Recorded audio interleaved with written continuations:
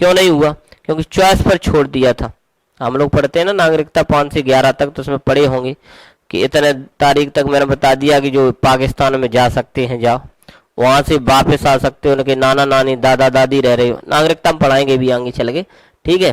तो कहाँ तक है पूछा जाता है बहुत बार, नागरिकता आपके जो नागरिकता है वो किस भाग में है, यहाँ तक क्वेश्चन आया। तो नागरिकता आपका जो भाग है वो कौन सा है? सेकंड। और आर्टिकल भी पूछा जाता है आपको कि कहाँ से कहाँ तक आपकी नागरिकता है, ठीक है। तो बहुत क्वेश्चन आते हैं, तो ये याद रखना आपको। अगर कोई अच्छी उसमें पढ़ी होगी, सब किताबों में मिलते भी नहीं। पाकिस्तान पर विचार और हिंदू धर्म की पहेलियां बुक्स लिखी थी जब पाकिस्तान और भारत का क्या हो रहा था? बंटवारा। लिख लो जल्दी से, बढ़ेंगे हम लोग आगे।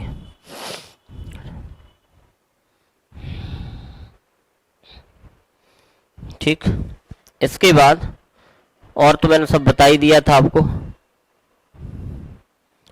महिलाओं वाला क्लियर हो ही गया था आपका कि संविधान सभा की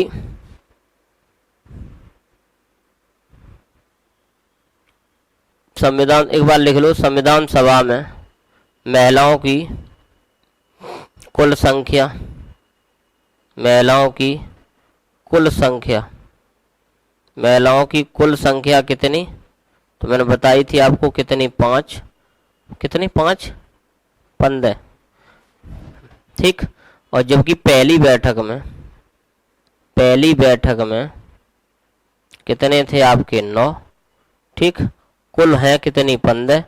और इसमें 2 नाम जरूर आपको याद रखना, पूछा जाता है। क्या सरोजिनी नायडू थी या सर थी? क्यों सरोजिनी नायडू क्यों इम्पोर्टेंट है? क्योंकि ये किसी भी राज्य की पहली महिला कौन थी? राज्यपाल। कौन थी? राज्यपाल। और आपकी कौन सी पूछी जाती हैं? सुचेता कृपलानी। कौन पूछी जाती है? सुचेता कृपलानी। सुचेता कृपलानी, ठीक। तो सुचेता कृपलानी सीएम पहली महिला थी। और संयोग ऐसा था कि ये दोनों किस राज्य की थी? तो उत्तर प्रदेश की। ये पहली महिला राज्यपाल बनी, ये पहली महिला सीएम बनी। राज्य आपका कौन सा है?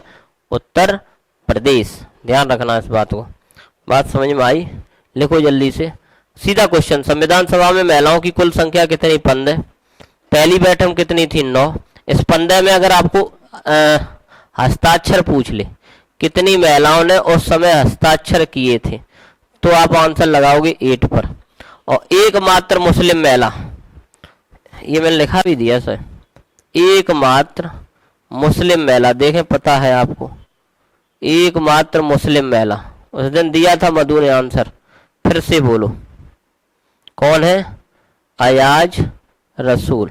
या फिर ऐसे भी लिखा होता है इनका, तो ना अयाज ऐसे भी करके, ठीक है। तो इंग्लिश में अयाज बोला जाता है, अयाज रसूल। एकमात्र कौन? मुस्लिम महिला। जल्दी से लिख लो, बढ़ेंगे आगे। एजाज पटेल नहीं सुने हैं जिन्होंने न्यूजीलैंड के खिलाफ अभी तीसरी हैट्रिक ली थी? न्यूजीलैंड नहीं, न्यूजीलैंड की मतलब इंडिया के रहने वाले, मुंबई के रह रहे थे। कहाँ? न्यूजीलैंड में उन्होंने नागरिकता ले ली थी। इंडिया के खिलाफ 10 विकेट लिए थे, तीसरे बने। एजाज पटेल उनका भी नाम था, इनका एजाज रसूल। बोलो आगे बढ़ेंगे, ठीक है।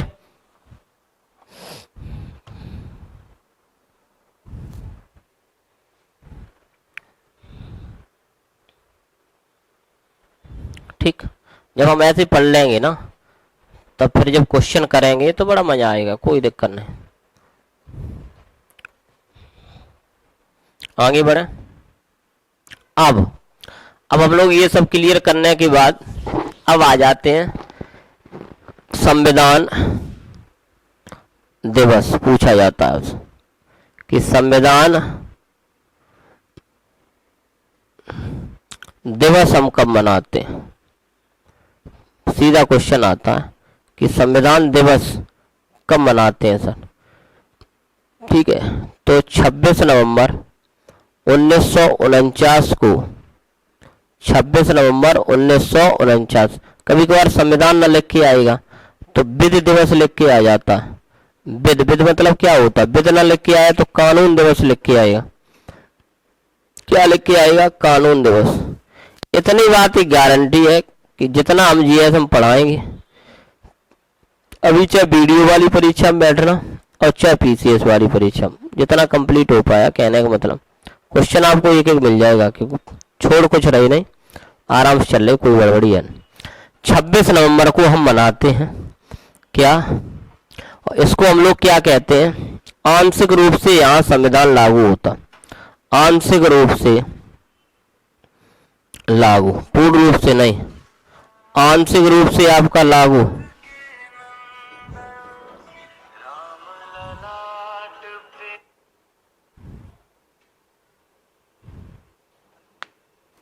हेलो,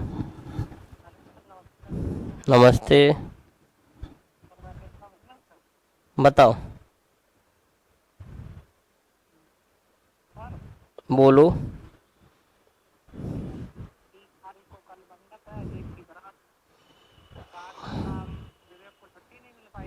हम्म।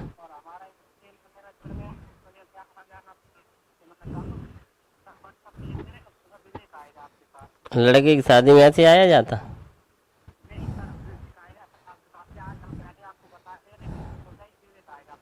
ठीक ठीक ठीक, कोई बात नहीं, भेज दो, सेंड कर दो, वो जाओ, ठीक है, टेंशन ना लो, आ जाएंगे।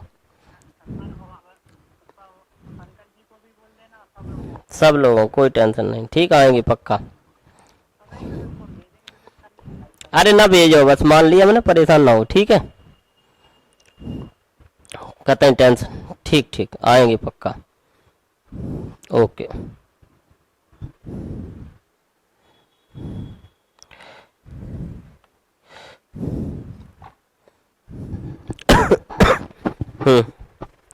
ठीक, आंशिक रूप से आपका क्या हुआ, लागू। अच्छा, एक एक क्वेश्चन हम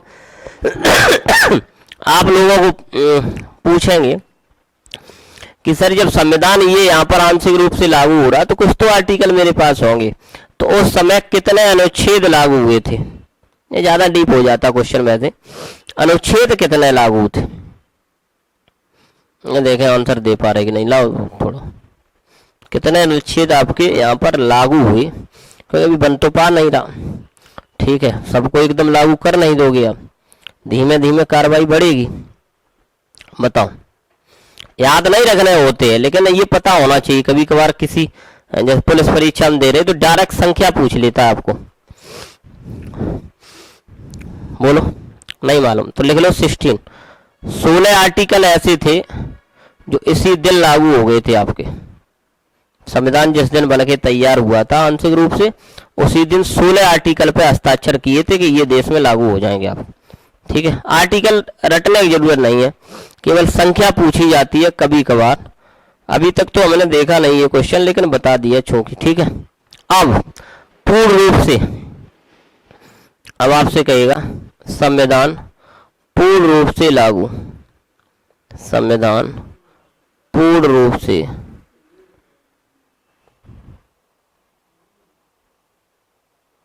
क्या, चल बेवकूफ, संविधान पूर्ण रूप से लागू,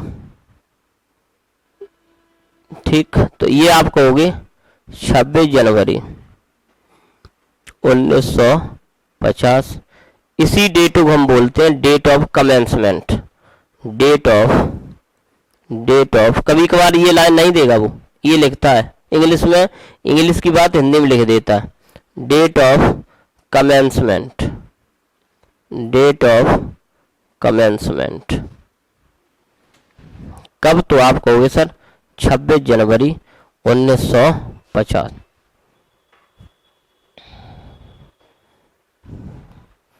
लिख लो, जल्दी से पढ़ेंगे आगे।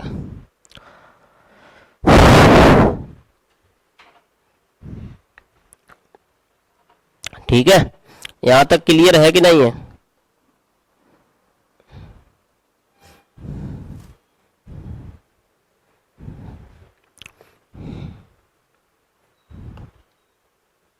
फिर मैंने बताया था आपको, अंतिम बैठक जो 11+1 थी वो तो वहां कर ली थी आप लोगों ने, लेकिन जो अंतिम थी वो 24 जनवरी यहाँ लिखा भी था,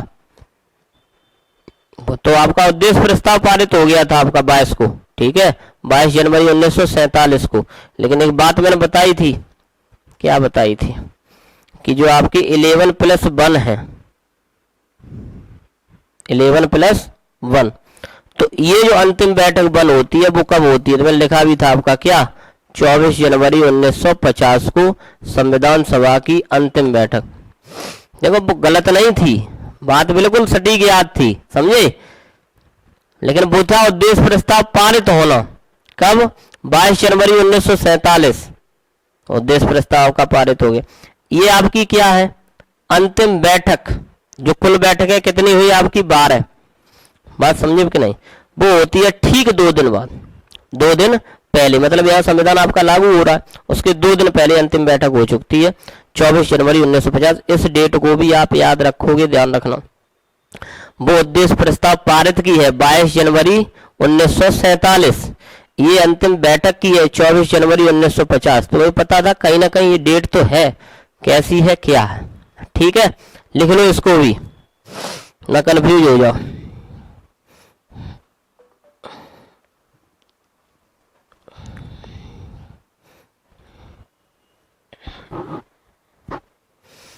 अगर ज्यादा डीप अगर पूछा जाए क्वेश्चन तो आप हमें ये बताओ, वैसे पूछेगा नहीं लेकिन कभी कभार, कि जो हमारे 389 सदस्य थे, कुल यही सदस्य थे ना, फिर मैंने 292 उधर दे दिए थे, 4 आपके उधर चले गए थे, कहाँ, रियासतों में 4 बताए थे मैंने, जिसमें आपका कुर्ग था, दिल्ली था, बलूचिस्तान था, अजमेर था, 4 बताए थे, ठीक। तो इसमें जब अंतिम बैठक हुई उस समय कितने किसने किसने कितने हस्ताक्षर किए, कांग्रेस को कितने मिले, ये पूछा जा सकता है पीसीएस जैसी परीक्षा में, ठीक है, बीओ खंड शिक्षा अधिकारी जैसी। मुस्लिम लीग के कितने सदस्यों ने, पहले तो यहाँ उपस्थित कितने थे ये क्वेश्चन आता है, उपस्थित सदस्य, देखें कितने लोगों की बात, उपस्थित सदस्य कितने थे, उसमें से कितने मुस्लिम लीग के थे,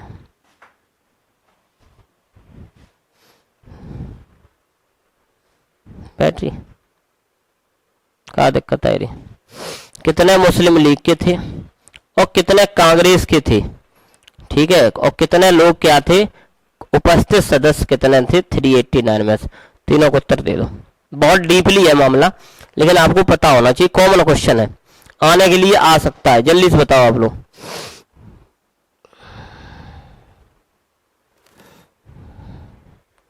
जल्दी से बताओ, उपस्थित सदस्य कितने, कांग्रेस के कितने और मुस्लिम लीग के, पता हो तो सही, ना तो फिर हम खुद ही लिखा दो। चलो इतना मैं बता दे रहा हूं, उपस्थित आपके 324 है इसमें से, ये बता दो। कांग्रेस और मुस्लिम लीग के 207, 73 कितने हैं बताओ, सही लगाए दम, बोलो बोलो।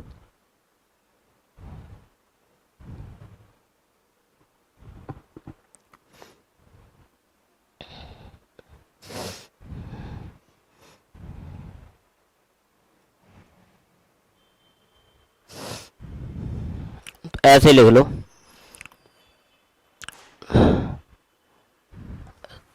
तीन सौ 324 आपके उपस्थित हुए, ठीक है, 284 ने साइन किए थे, सिग्नेचर हस्ताक्षर कितने के हुए थे,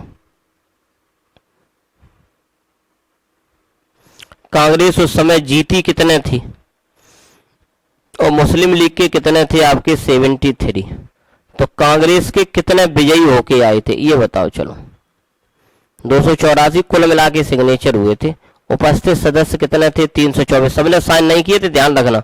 284 सदस्य के क्या हुए थे हस्ताक्षर, तो फिर कांग्रेस के फिर विजयी कितने थे, 300 से ज्यादा थे नियर अबाउट, बोलो। ये इंपोर्टेंट आंकड़ा नहीं पता, चलो 316 कितने थे 316, 73 मुस्लिम लीग के, कांग्रेस के विजयी होके आए थे 316, उस समय उपस्थित सदस्य थे 324, कुछ भी क्वेश्चन आएगा, और कुल मिला के इन दोनों को मिला के साइन कितने ने किए थे, तो वो थे आपके 284, 284 याद कर लेना, और इम्पोर्टेंट है आपके,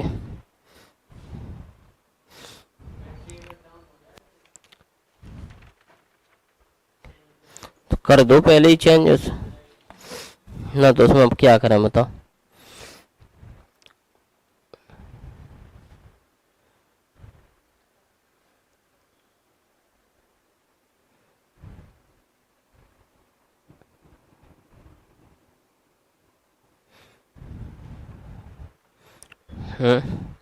कर क्या लें उसमें, अभी तो होंगी उसमें, कितनी है, 2।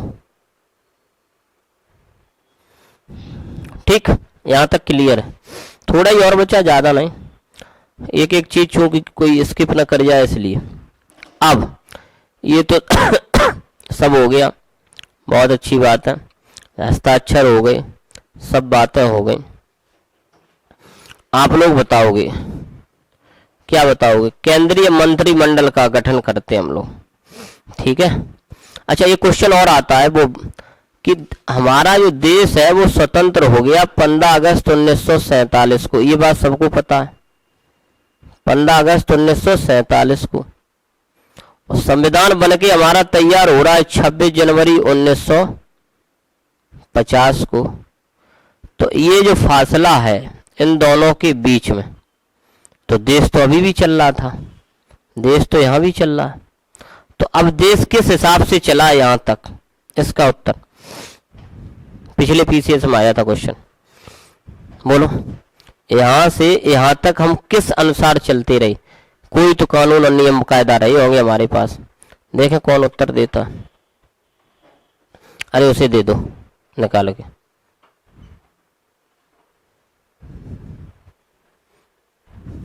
स्टार्ट करके तो लाओ उधर।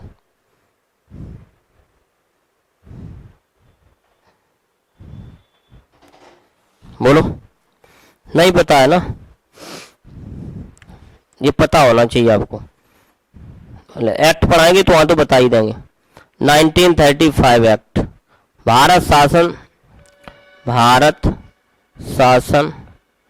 अधिनियम, भारत शासन अधिनियम 1935। मैंने कह दिया कुछ नहीं तो फिर यही है लास्ट। भारत शासन अधिनियम 19, बिल्कुल सही। ओमान उत्तर दिया भारत शासन अधिनियम 1935। भाई ये बता भी चुके हम लोग कि ठीक, यहीं पर एक क्वेश्चन पूछा जाता है, लिख लेना इसको। आधुनिक भारत का मनु किसे कहते हैं? आधुनिक भारत का मनु किसे कहते हैं? आधुनिक भारत का मनु, तो लिख लेना BR अम्बेडकर। BR अम्बेडकर। ठीक, देश आपका आजाद हो गया, देश आपका आजाद हो गया, संविधान आपका लागू हो गया 26 जनवरी 1950। बैठकों की बात नहीं हुई, क्वेश्चन में खत्म कर देंगे। जो चीज छूटेगी क्वेश्चन में सब कंप्लीट होगी, छूटी तो कुछ नहीं। 3 वाचन हुए वहीं खटाखट कर। ठीक, अब देश जब आपका आजाद हुआ उसके बाद कोई ना कोई तो केंद्रीय मंत्रिमंडल रहा होगा। क्वेश्चन पूछा जाता है, और न पूछा जाए तो भी आपको याद होना चाहिए भारत में प्रथम, या जो भी सही, मतलब मैन 4 5 6 याद होने चाहिए। तो हेडिंग डालो आप लोग केंद्रीय मंत्रिमंडल। एक क्वेश्चन यहां लिख लेना, बहुत बार पूछा जाता है, प्रथम संविधान संशोधन कब हुआ? 1951। प्रथम संविधान संशोधन ये पूछा ही जाता, प्रथम संविधान संशोधन कब हुआ?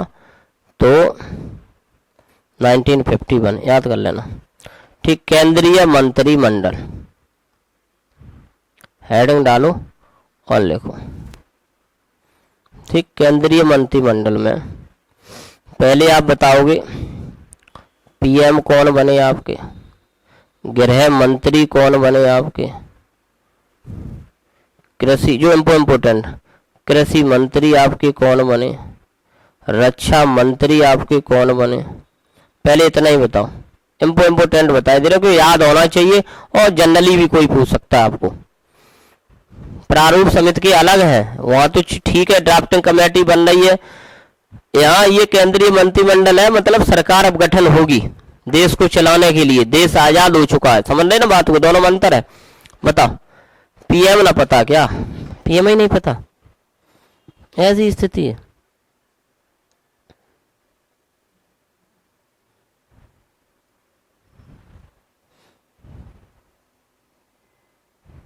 सब बताओ, सब आंसर दो और सब बताओ जल्दी से।